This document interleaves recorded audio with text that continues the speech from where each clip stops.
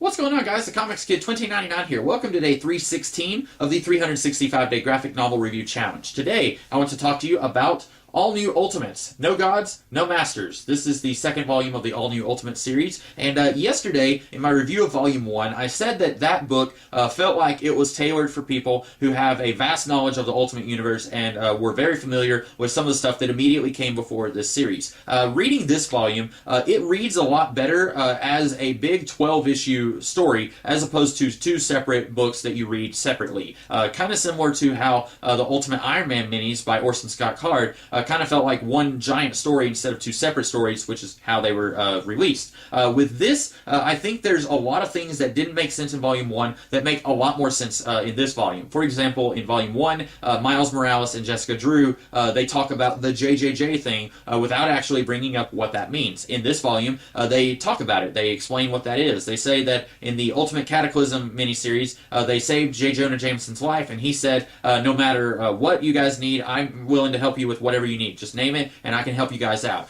They bring that up in one of the issues here, and then nothing ever comes of it. They never actually go and collect on this favor from J. Jonah Jameson, so it makes me think maybe they shouldn't have even brought that up in this miniseries. If you're not going to follow through with it, don't introduce it. It's the classic Chekhovs gun. If you see a gun hanging on the wall in Act 1, that gun is going to be fired by the end of Act 3, and if it's not, then it's a failure of Chekhov's gun.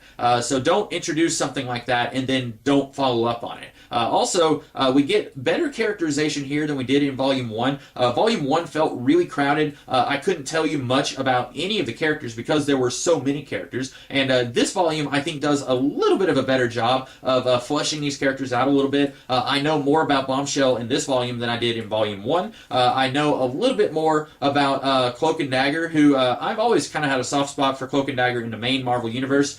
Here, I wish that they had more to do. At one point, Dagger actually breaks up with Cloak, and I was sitting there thinking that's a really good idea because these two characters are always coming together. Anytime you see Cloak, you're going to see Dagger, and I want to see what happens when these two break up. I want to see what is the character of Cloak like, what is the character of Dagger like, because I can't really tell you much about their characters, either in the main Marvel Universe or in the Ultimate Universe. So I was really interested in seeing what these two would be like separate, and then they're broken up for about an issue, and then they're back together by the end of the miniseries. So, okay, that really interesting idea is kind of thrown to the side. Also, at the end of this book, there's so much stuff going on, just like there was in Volume 1. There's like a big two-page spread where this S.H.I.E.L.D. agent I've never heard of before is talking to Jessica Drew, explaining all the stuff that's going on. She's saying, okay, this evil businesswoman works for Roxxon, and she's connected to Crossbones, who is part of this gang, and he's a former S.H.I.E.L.D. agent, and he betrayed us, and then this other guy, he's working with Roxxon. All of this stuff did not make any sense until she did this big two-page explanation, and I feel like this stuff should not have piled up to the point where you needed a big two-page spread of exposition from some character we've never seen before in this miniseries explaining the plot of this 12-issue series. I feel like that should have been a little bit more intuitive over the course of this series. We should have had a little bit more of a clear idea of who these characters are and how they relate to the story. By the end of this book, we have even more characters who are introduced. Taskmaster, the ultimate version of Taskmaster, shows up out of nowhere in this volume. I don't know when or where he was first introduced in the Ultimate Universe, but everyone who sees him acts like they know who he is.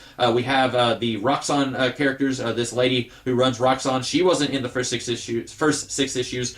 She shows up here, and I don't really know why she's doing what she's doing. Taskmaster says that Roxxon, the company, wants to reclaim all of these characters except for Kitty Pryde because they all got their powers somehow through Roxxon, and Roxxon considers them to be property. Okay, that's a reveal that should have come much earlier in the series. These guys have been going after Roxxon since issue 1, I think, and then it's at the end of the series where we find out that Roxxon considers them to be property. I feel like that should have been the impetus for them going after Roxxon in the first place. At the end of this book, there is a brief little afterword that's kind of a thank you from, I believe, Michael Fife, talking about how he wanted to do this big self-contained 12-issue story that focuses on a whole bunch of characters. And right now, there's a whole bunch of red flags right there with that statement. Number one, self-contained. No, this is not self-contained. There's a lot of stuff that does not make any sense here unless you have a very, very working knowledge of the Ultimate Universe. Number 2, bringing in a whole bunch of characters. Also, no, don't do that. You don't need to have 25-something characters in a 12-issue miniseries. It's very easy to lose track of about half of the characters who show up here.